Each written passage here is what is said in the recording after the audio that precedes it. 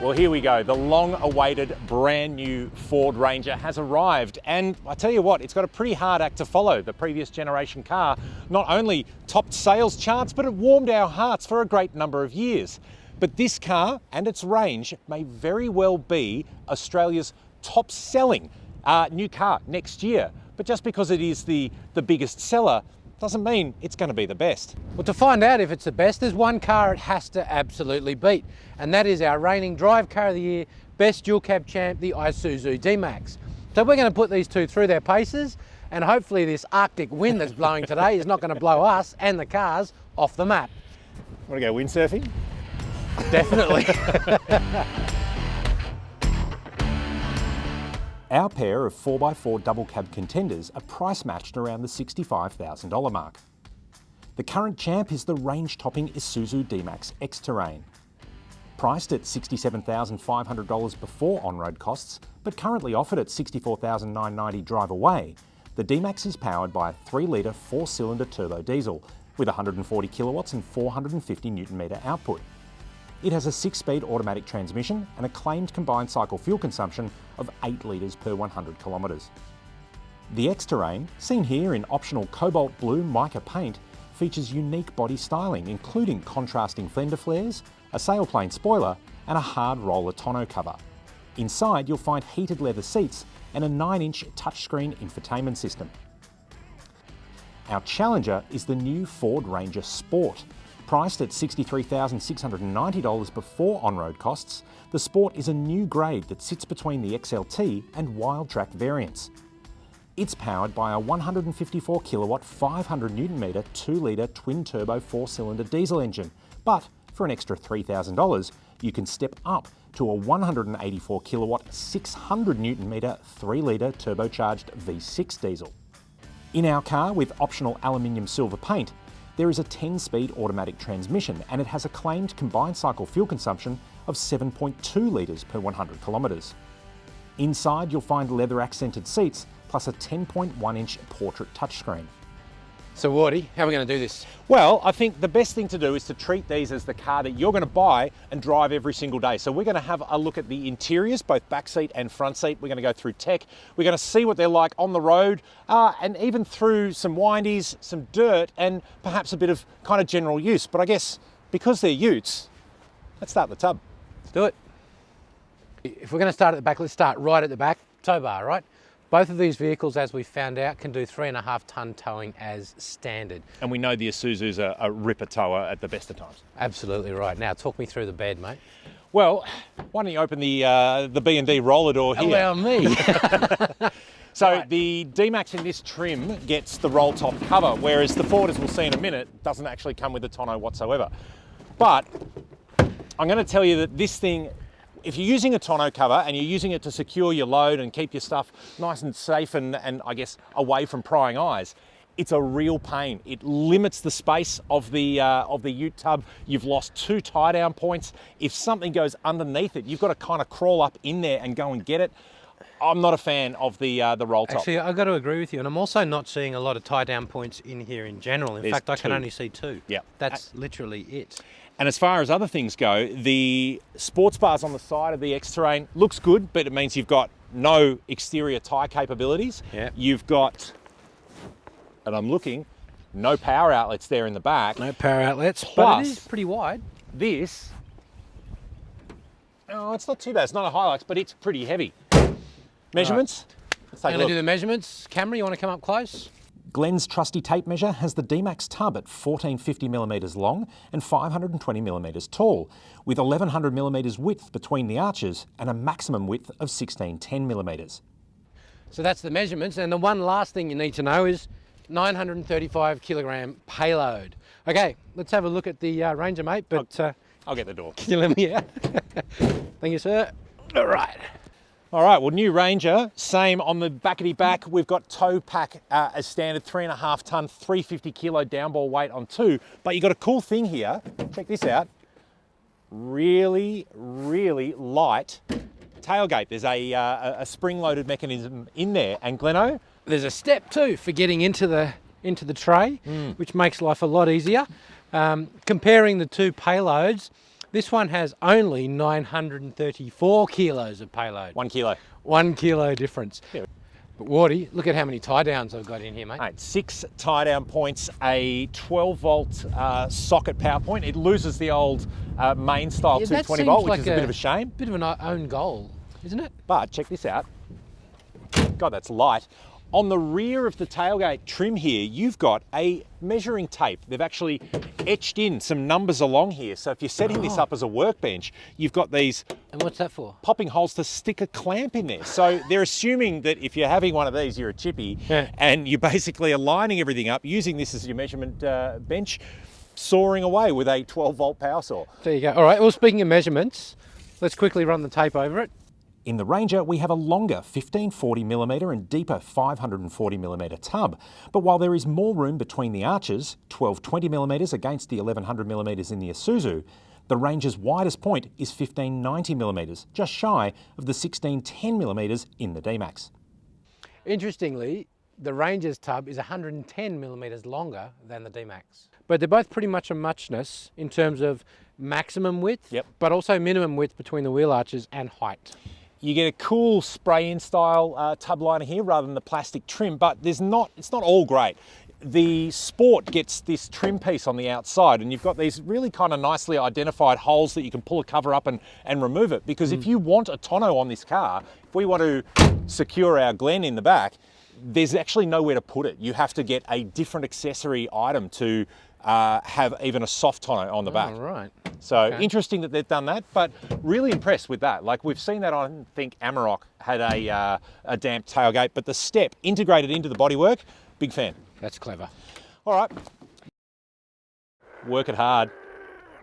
That is so light, isn't it? It's pretty impressive. Now, speaking of lights, there's actually LED lights in the tub as well. So a really well thought out part of the Ute, definitely pointing in its favour. And now we've done the Ute stuff, towing, tubbing. Let's check out the back seats.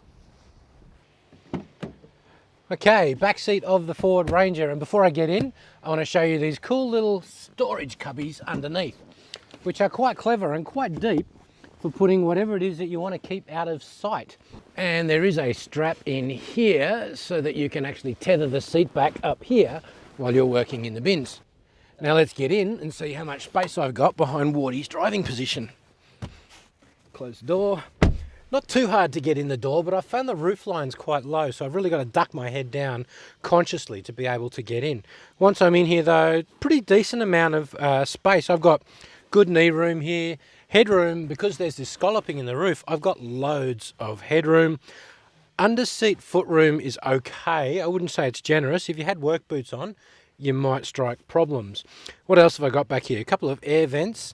Actually noticeable by their absence, no USB charging ports back here whatsoever. I don't know if you get more as you go up a grade, but this is a $65,000 car. Come on, Ford. We do have a 12 volt charger down here, seat back map pockets for your phone or whatever the case may be, and bottle holders in the door. But the weird thing is that the space between the seat base and the door is so narrow that it really makes it quite hard to get the bottle in and out. Possibly the strangest and most frustrating thing about the back seat is this, the armrest. Now let me start by asking, how many of you wrote into Drive complaining that while you were driving your previous Ford Ranger that the armrest would just spontaneously fold down and then flip back up when you didn't want it to? None, right? And yet Ford has devised a weird latching system that's not only hard to use, but potentially useless and will get broken. Here's the latch. You would think you'd pull it out this way, but no, it doesn't open if you do that. You actually have to pull down and then it unlocks. Why that's necessary, I have absolutely no idea. Well, thanks, Gleno. So up the front here of the Ranger, you've got an entirely new look and feel that Ford drivers will be used to. And arguably for the Americanness of the Ranger, it's gone down a bit of a Jeepy path where you've got elements that seem to be designed for the sake of designing them. Things like these grills here with pseudo Ford grill elements throughout. They don't need to look like that, but it's part of the feel of the cabin. And I guess in a way, it actually kind of lifts it up. It gives the car a bit more character than it otherwise would. What we have, let's go through the basics. Storage. decent glove box, a handy shelf underneath the top of the dash. This, on a wild track, is actually a second glove box. Not so lucky here. You've got a wireless charging pad for your phone here. You've got a USB A and C port down there. The only ones in the cabin, not counting the one that's up there in the rear view mirror to mount a dash cam. Send those clips into Drive.com.au, of course. Yeah, we want to be exclusive. But it's weird to think, here we are, 2022, brand new car, 2 USB ports for device use. And granted, yes, you do have wireless Apple CarPlay and Android Auto. You do have a wireless charge pad, so you don't need the cables as often as you did, but it's still great to have that for flexibility, particularly if you are using this as a family car. Anyway, moving on. Like I said, the McDonald's chip holder. Now, it's one of those weird design things. It actually has a little icon of a McDonald's chip packet to put in there. You can use it for a phone storage, you can use it for anything else, but I do find that quite amusing. Twin cup holders here. The rest of the console's quite good. In here, you've got a 12-volt outlet and decent storage. Now, we've got a few other little bits and pieces around here that I'll talk to because they're not quite as well thought out in their element. The gear shifter here is actually quite a nice shifter to use, but it takes a bit of time to get used to it because naturally you expect the clutch button to be thumb activated there on the side. Instead, it's over the top for your fingers to click on there. On the side, however, you have a button to override into a manual shift mode and even the plus and minus buttons to change gears. And they're kind of invisible and you're likely to bump them. And yeah, I'm not really sure this one works. And we may get used to it over the time as we spend more time driving the car, but certainly first point of feel, it's not that great. Other couple of things, the materials that are being used, they are hard wearing, they are rugged and tough like the rest of the car, but the fit and finish isn't great. There are big gaps in here and we can't help but think that they're going to get scratched. Also, over here, above the glove box and below the vents on both sides, there is another little cubby hole, except nothing will fit in there of any kind of use. It's too small for a phone, it's too open for coins.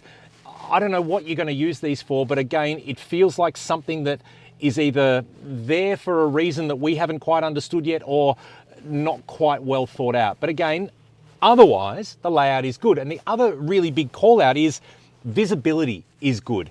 Sitting here with a steering wheel that's both reach and height adjustable, you've got the big A-pillars, but they don't seem big where you are, even with a grab handle here. The way the Ranger has a really nice sloping windscreen, your forward vision is excellent and these mirrors are enormous. So vision driving the car is something that I've been very, very impressed with so far. Okay, now tech. Probably the most prominent feature in the cabin of the Ranger is the new portrait screen. In the Sport here, this is a 10.1-inch system. It's smaller than the one you'll get in the Wild Track and above, but it is still a really, really impressive well-integrated piece of technology. And I guess the thing I like the most about it is the piece that isn't the well-integrated piece of technology, in that you've got air conditioning controls here as normal dials here on the side that you can also access and give feedback through the screen. So traditional, easy to access buttons, great while driving on the move, mixed with modern, well-integrated technology. So big tick there. It is a very full-featured system. You have DAB radio, wireless Apple CarPlay, wireless Android Auto, integrated navigation, but it also has some pretty cool features. You can go into here and have a look, and we've got a front camera, obviously a top-down parking camera, but you've even got, for reversing to your trailer, you have a tow ball camera, so you can see where the tow pack is on the car. You can go to your main view and zoom in on any particular thing, so I can see what Frank has left in his bag there. But again, while you can adjust this to suit, if you are off-road, if you are moving around in an area where things may need to be a little bit more apparent while you're in the car, it's pretty cool. It's also got this, the sketch pad. Now this is completely useless and just a bit of fun, but it shows the scalability of the system that Ford has implemented here into the Ranger, and that people are taking their cars to the next step of where things can go in terms of onboard infotainment. Now, one final thing is the fully digital instrument cluster in the Ranger. Now, it's a bit of a step up from where we were, because in the previous generation car, we had two screens, one on either side of the big analog dial, whereas now we have one giant digital screen, and it's a pretty full-featured system. You've got, obviously, day-to-day usage things there, digital speedo, your adaptive cruise control and lane departure positioning. You can look at current fuel consumption, you can go through a trip computer, you can go through various other systems of the car, but you can also configure this menu to show you what you want. If you're towing, there's a specific towing menu. You can decide what you want to have as your favorites and other bits and pieces on there, obviously linked to audio and other things. So again, a very, very well featured and impressive piece of technology that can be adjusted to what you want to see. Worth noting too that the car does come standard with adaptive cruise control and lane keep, and with a towing pack on, gives you trailer brake controls from within the car as an integrated forward feature. So it's just another big step where we're seeing a lot of this stuff that used to be aftermarket or that used to be something that you would have to go and seek a solution for, now being well and truly integrated into the standard platform of the car. All right, well, let's go see how Glenn's doing with the D-Max. All right, so here we are in the Isuzu D-Max X-Terrain's front seat. And the first thing I want to show you is the convenience elements. We've got a lot of storage options, starting with the conventional couple of cup holders here. Also under the armrest, a bit of a storage bin, smallish, but deep enough you could put some stuff in there. Up the front here, we've got another bin. It is not a wireless charging mat. This car does not have one. Up the top of the dash, yet another bin with a lid. And this car actually has two glove boxes, one at the top and one at the bottom, taken up by what is a very chunky manual. So, plenty of room for life's clutter. The driving position in this Isuzu is really good. Of course, the steering wheel adjusts in and out, up and down, and electrically adjustable seats. Heated this time around. Model year 22, the Isuzu D-Max got heated front seats. It also got this red leather stitching and, among other things, an auto-dimming rear view mirror. So that's pretty cool. What didn't change this year is the infotainment system. It's the same aftermarket-esque. I'm saying that because it looks aftermarket, the graphics look aftermarket, and it doesn't gel with the rest of the car. In fact, it doesn't even homogenize. There is a clock in there and a clock in there, but you need to set them both individually. And no matter how hard you try, one of them is going to change to the next minute ahead of the other. So you're going to have that weird disconnect. That's why I say that this feels aftermarket. It doesn't gel in with the rest of the car. That said, let me just get it started here. It has all the features and all the systems you expect. It has satellite navigation, digital radio, wireless Apple CarPlay and Android Auto, but again, there's just one or two things about it that I'm not a big fan. The first thing is the graphics. I mean, starting with these icons, they are overly complicated and kind of hard to understand on first glance what they are. As you get used to the car, I'm sure it'll become second nature. We've got media, satellite navigation, smartphone and settings. Something Isuzu does, and the sister car Mazda BT50 does as well, is locks you out of a lot of settings while you're on the move. So you can't actually change or get involved in what you've got going on here. I don't know if that's a good safety feature or not. This car has digital radio, as I said. You can't see the graphic there, but as I said, Android Auto and Apple CarPlay. But it's just a little bit slow. Do you see how those graphics just take a while to sort of load, and changing volume? It's not as fast or as snappy as the new system. And compared to the Ranger, which Wardy just showed you through, you can see it's not in the same class, which is a bit of a shame because overall this interior is really nice and generally easy to use. All you have to do is look at the HVAC controls here and see that straight away, you can hit those without thinking. It'll become second nature what you want to do and how to do it. Apart from that, a couple of other things that are good. A transmission lever, and a traditional one at that, which works just like it should. We've also got a two-wheel drive to four-wheel drive dial that you don't need to dislocate your shoulder to be able to get at.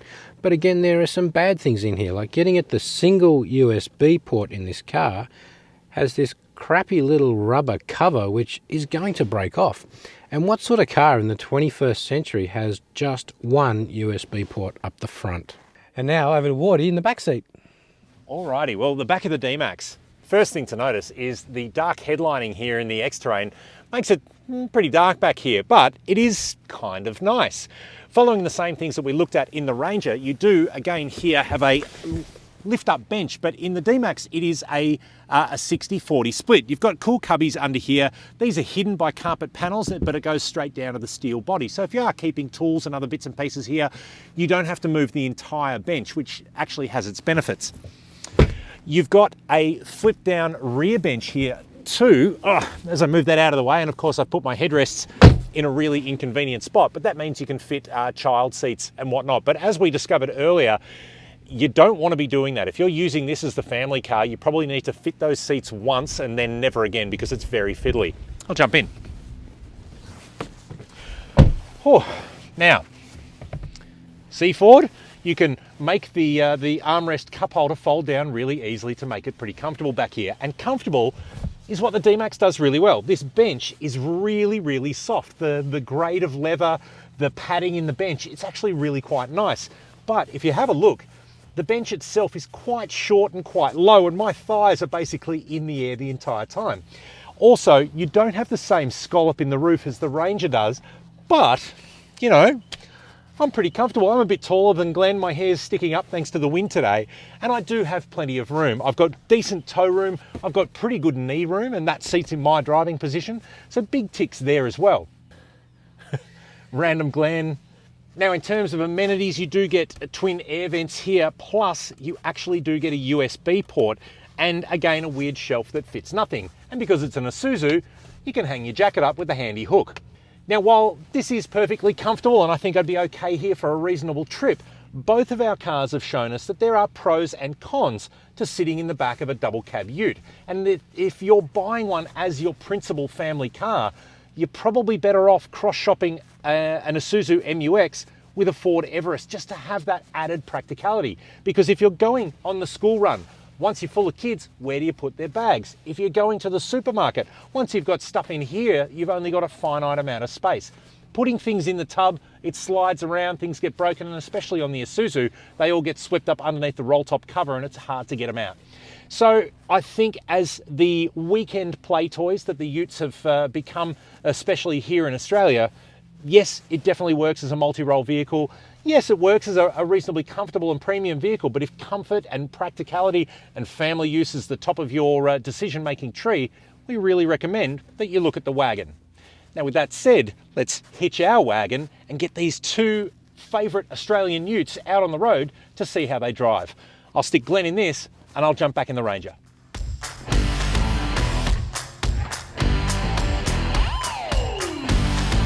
Well, let's get started. This is the 2-litre bi-turbo diesel Ranger. Now in the new car, you have the option of a 3-litre V6 as well, which I haven't actually driven yet, and I assume is probably going to lift things up in terms of the overall performance of this thing, the same way that the V6 did for the Amarok. But the 2-litre is probably the workhorse of the range, and I dare say it'll probably be the most popular one just for value, because touring efficiency and general efficiency is still pretty important for double cab owners. And it's worth calling out that so far this car's reading 8.3 litres per 100 of consumption, and that's had a bit of everything, a bit of town, a bit of touring, a bit of sitting there running while we chat and shoot videos. But regardless, that's a pretty impressive run. The thing is though, in this competitive set, the Isuzu is coming at things with that truck engine, and basically that is known for being an efficient performer. So we'll see what Glenn thinks about that. But generally, in a state of its own, this thing won't disappoint when it comes to filling up at the Bowser. Now, one of the things that we've always liked about the Ranger, particularly on road, is just how light and manageable it is. You can get in and go. And the new car is no exception. The steering is nicely weighted. It is light, and it does make the car feel perhaps a bit smaller than it actually is, but it means that that maneuverability is kept, and just that general sense of control is maintained throughout. Ride quality too has always been a strong point of the Ford, where touring, switching from paved to unpaved roads, and dealing with a mixture of surfaces in terms of quality of roads has always been a strong point. You basically just transition from one to the next and you don't really notice. And again, with the new car, we're finding that is exactly the case. This is a really, really comfortable, easy tourer. And if big and long distance drives are something that you are shopping around for, The Ranger has always been a strong performer there, and the new car is no exception. The engine actually manages driving like this quite well. We're on a country road, we've come down the freeway, we're going up and down hills, a bit of mixed speed, but we're basically sitting around the 80 to 100 kilometre an hour mark.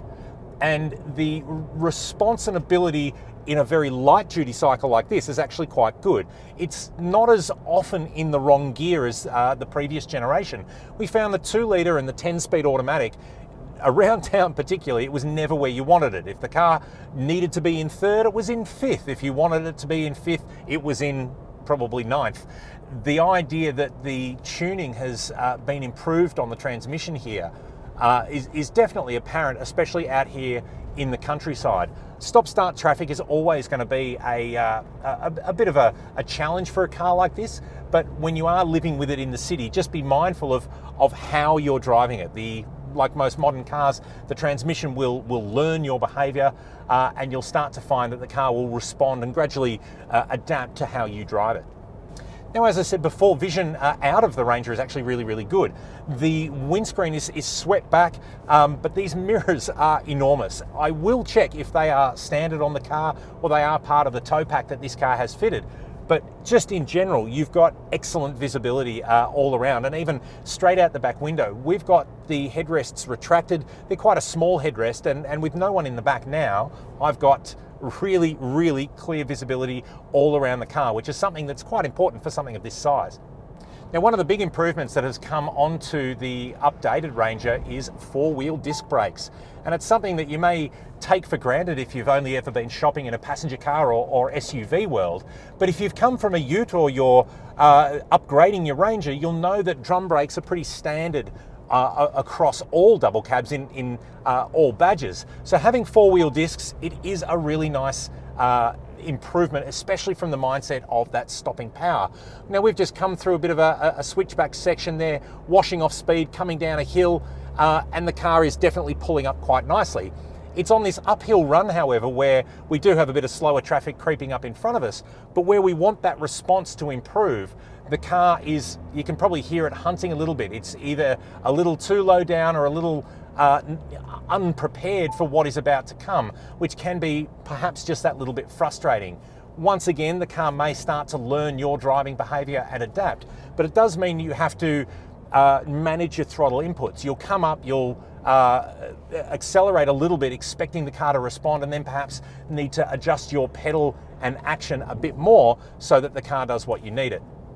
Now, coming downhill again here, we're able to manage the speed of the car really, really nicely. Like, it is a very, very easy and light car to be behind the wheel of, particularly for such a large vehicle. And it's something that I think will translate really well to the Everest wagon when we get a chance to drive that. Now, something that's worth noting while I've got a bit of slower traffic in front of me is just the throttle position and what that will do. I'm on easy throttle position here. I go to accelerate, the car's picked the right gear and is ready to go. Now, if I sort of slacken off, I'll let the car change up a gear. I go to move, you can hear it change down, revs up, but it's not too harsh. It's not too noisy or too brutal. And I think it's that level of refinement that certainly sees a big improvement to the Ranger as we know it. Okay, now it's my turn to take you for a drive in the Isuzu, so let's do that. Now, there are a couple of big differences in this car straight away compared to the Ranger. Obviously, that one's got a 2-litre bi-turbo engine with 10-speed automatic. I've got a 3-litre turbo engine with a 6-speed automatic. The engine and drivetrain are one of the Isuzu's strengths, not necessarily for how they perform, but for their reputation for durability and reliability. It is an engine you can trust. And a lot of that, I think, comes down to just how effortless and, dare I say it, lazy the engine is. It doesn't need to be revving its head off to give you what you need. It can lope along effortlessly. In fact, effortlessly kind of describes this car and everything that it does dynamically. It's not the sharpest tool in the shed. Like going through these corners here, there is a bit of body roll. It's keeping that body roll under control because let's not forget, you've got a high-riding 4-wheel drive chassis underneath you. But it's not sitting the flattest of cars that I've driven. The engine, I mentioned that, it is noisy. I don't know if you can hear that now, but I certainly can as we're pulling up this incline. you know it's a diesel. And it's hunting through the gears to give you that response, because the throttle, while not being as responsive as some other dual cab utes, it does give you what it needs to give you. We've got 450 newton meters of torque, and that's enough to haul this 2165 kilo car up hills, but you will hear it while it's doing that. And I guess that's my point. Refinement is not what this car is about. Performing its duty is what the Isuzu is trying to do. And it does it pretty well. Is it the best in class? Probably not. In fact, the old Ranger was better. So I'm tipping, even though I haven't driven the new Ranger, that it should be better again, or else Ford needs to go back to school.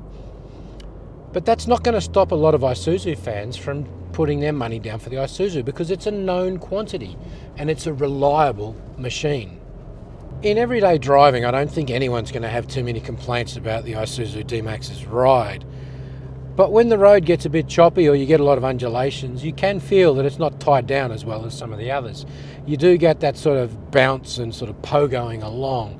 And at the back in particular, you can feel it. But I guess that's the trade-off for being able to tow 3.5 tonne and for carrying a payload of 935 kilos. You need a suspension that can handle that bandwidth of application. Steering to me too feels a bit vague. It has a wide turning circle and it is very light, but you do need to really haul on the tiller to get this car to go around corners. It's almost like you almost need to predict the corner and start turning just before it, and then the Isuzu gets the idea of what you want to do and starts helping you go around the corner. One area I'm not a big fan of is the throttle's tune. What I mean by that is the feel of the accelerator. It feels quite sort of springy and not progressive. So it's kind of hard to know how much to put your foot down to get the response you want. And then combined with that lazy engine, which just delivers lazy torque as you're pulling up, it can sometimes lead to kind of slowing down up hills, and then when you get to the top, over accelerating, if you like, as you're heading across the top. I've discovered that a couple of times too with the cruise control. If you're out on a country road like this and set it to 80 kilometres an hour, your speed can vary by anything up to 4 to 6 kilometres an hour either side, as the engine and drivetrain just kind of lopes along and gets on with its job, not too fussed on keeping an exact speed, which in Victoria with speed cameras, as we know, can be costly, but it'll get you there in the end, and it'll get you there without any fuss or any stress. But all in all, there's really not a lot to complain about the Isuzu D-Max. It's not the sharpest tool in the shed, but it'll get the job done every time. Which I guess just leaves us one real question to answer. Has our 2022 Drive Car of the Year Best Dual Cab Ute retained its title? Or has the newcomer in the Ford Ranger taken over, and is it the new King of the Hill? I guess we'll pull up shortly and I'll have a chat with Wardy and see if we can come to some kind of conclusion.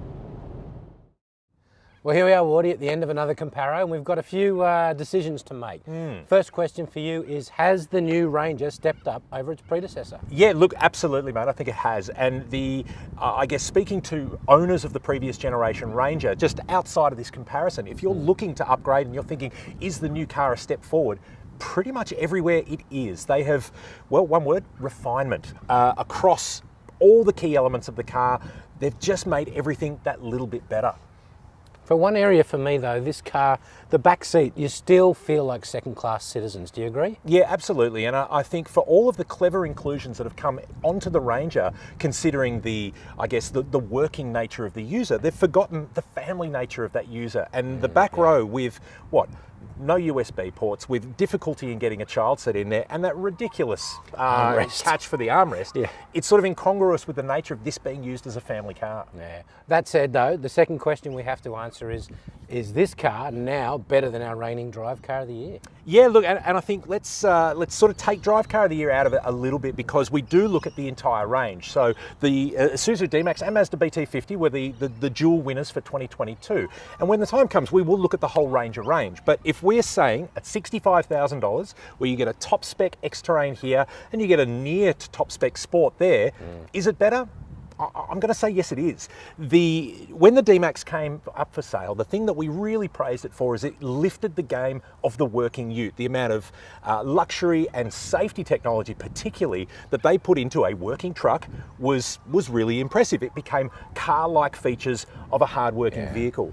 What we're seeing here is the ute refined. It's no longer a working truck with nice features. It's become a holistic platform. It is basically it's a tray-back SUV these days, and I think that's the next generation that we're looking for. For me, it's the same thing. Refinement is the area where this vehicle really steps it up over the Isuzu. The Isuzu is robust and reliable, but it feels truck-like in a number of ways, which can be great if that's the sort of buyer you are. Exactly. But the refinement in this car definitely steps it up to the next level. Remember too, speaking of next level, this is the top of the range. If you go up to a Wildtrak, which is the, I guess, showroom competitor for the X-Train, you're talking a $10,000 difference. Right. And that is a lot for a lot of buyers. So value for money at this point, it's kind of, line ball, but if you want all the bells and whistles that you get on that, it becomes a far more value-driven discussion where the Isuzu still has favour.